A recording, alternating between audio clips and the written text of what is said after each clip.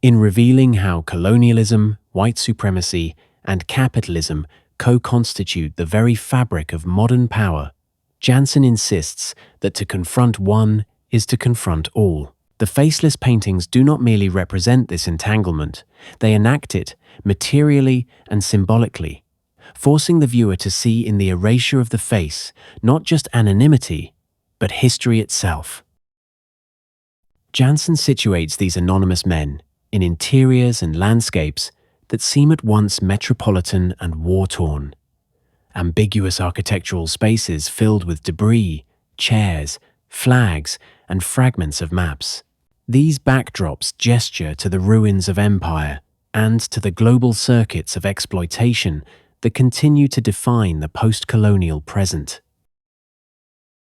By blurring the line between colonial administration and contemporary corporate power, Jansen visualizes how empire persists through new modalities of control, economic restructuring, financial speculation, and globalized capital. If colonialism provides the structure, white supremacy is its ideological rationale, the software that enables and justifies the extraction of resources and labor. Jansen's choice to paint his faceless subjects in Western business attire is not incidental. The suit, historically linked to European respectability and authority, functions here as a racialized uniform of power.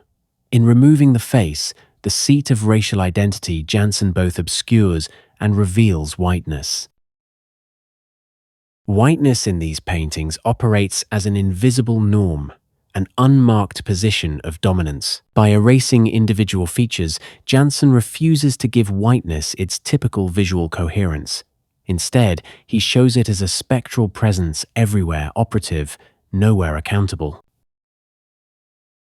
The black ovoids, or voided faces, can thus be read as metaphors for the moral and epistemic emptiness at the core of supremacist ideology, a system that denies the humanity of others while hollowing out its own.